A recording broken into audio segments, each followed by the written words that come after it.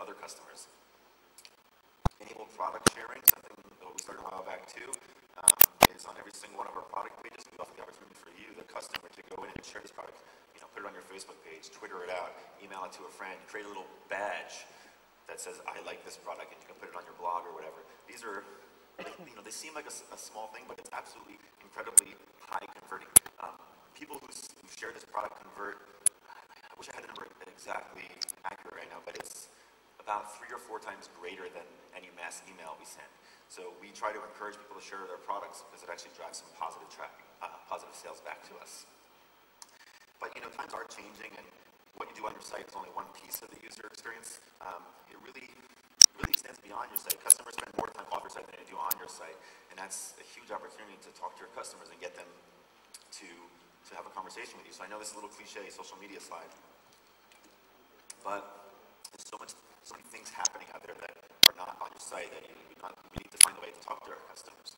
It's really an extension of your brand, right? You can control what happens on your site, but you can't control what happens off your site. So it's important to listen and be active. But why? And I said this a little earlier, and I'll probably repeat this a few times, is that not all customers pick up the phone. Only a small percentage do.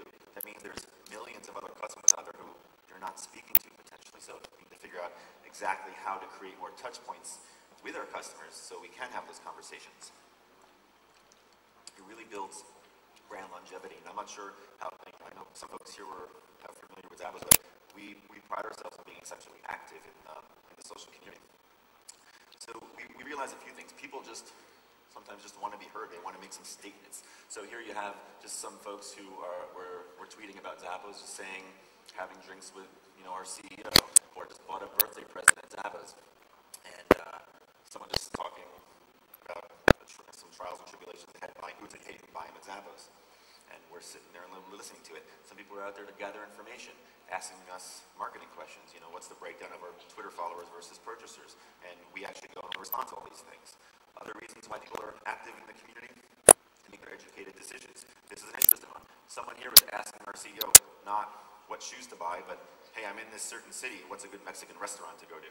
And our CEO responds. So we've kind of built in this type of loyalty with our customers that allows them to start asking questions to us that don't even pertain to our business. It's incredible. And also to feel like they're part of it.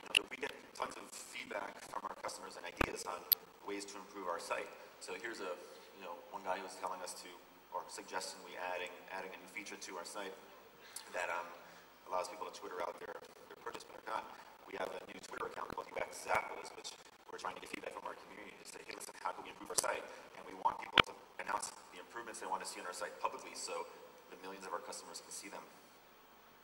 To talk about their experiences, we're going to talk about this one a little bit more, but here's someone who had a really bad experience on our site saying how horrible our website is. They like our social media savviness, but they hate our website. Some companies don't like seeing this sort of negative thing, but we welcome it. And in the next few slides, I'll talk about how we respond to negative comments like this.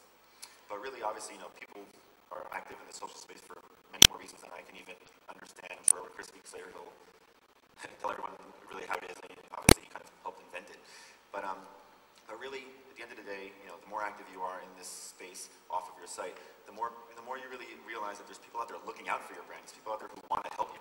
That is, if you're listening. And I think that's the key to being active in these types of communities. That is not just seeing what's happening out there, but listening to it, responding, being part of it all.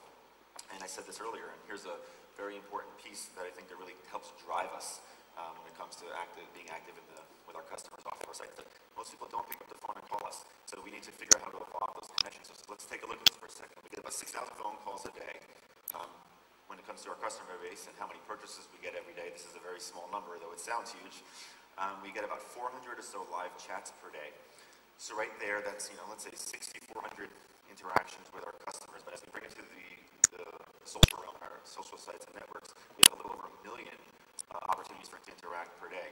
Now, of course, this is not a perfectly apples-to-apples comparison. It's not like we have 1 million people over Twitter or Facebook asking us questions. But what we're doing is trying to actively engage our customers via these networks. So, if you look at about 1 million interactions per day in the social space right now, obviously that number is growing. It translates to a massively huge number if you annualize it, right? I mean, this is obscenely huge.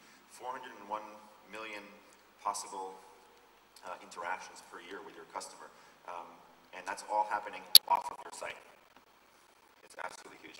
So how do you do it in an organized way? It's really hard to. We don't really do it too ever organized. We actually basically invest in our people. We make sure that our people are our media. We don't plan media, we plan our people, making sure the right people are in to actively engage our customers with those 1 million opportunities per day. So let's talk a little bit about it. We train everyone in our company to be a customer service agent, right? It doesn't just mean answering phones like I've been saying, it means being on Twitter, being on Facebook, and talking to our customers. Good customer service makes people smile. Good customer service extends beyond the phone. We have this thing here called twitter.zappos.com where we aggregate all public mentions of the word Zappos on our site. Off our site and place it on our site for our customers to see, good and bad. We have a list of all 448 Zappos employees who are actively on Twitter that you can talk to about our brand. We want everyone to see this, interact with it. So I showed you a little earlier about this guy who mentioned something about how horrible our site is, which, by the way, we are improving, which is why we have a user experience team, just so you know. And